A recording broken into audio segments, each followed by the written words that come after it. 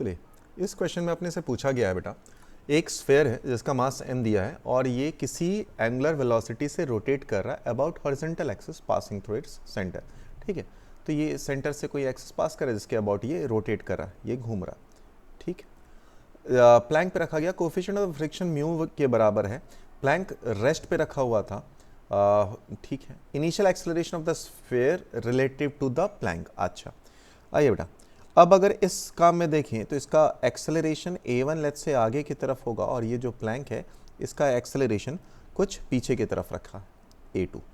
ठीक है, ऐसा क्यों हुआ होगा? अगर ये घूम रहा है बेटा, अगर ये घूम रहा है तो इस पे जो फ्रिक्शन फोर्स लग रहा होगा बॉटम सरफेस पे वो आगे की तरफ होगा और जो प्लैंक है उस पे जो फ्रिक्शन फोर्स लग रहा होगा वो पीछे की तरफ होगा।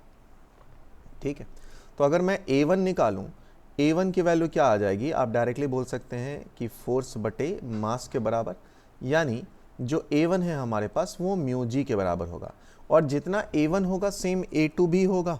ठीक है, क्योंकि फोर्स सेम है और दोनों का मास सेम है। सो अगर हम लोग a2 लिखें तो सेम फ्रिक्शन फोर्स बटे मास है। जब आप इस वैल्यू को रखेंगे तो ये भी म्यू जी आ गया। अब अपने से बोला है acceleration of sphere with respect to the plank. ठीक है, तो हमारे पास a रिलेटिव अगर आप देखें तो क्या आ जाएगा? a1 minus of minus a2, यानी कि ट्वाइस आ गया, या a1 प्लस a2 आ गया, यानी आया ट्वाइस म्यू जी के बराबर। ये हो गया इसका आंसर।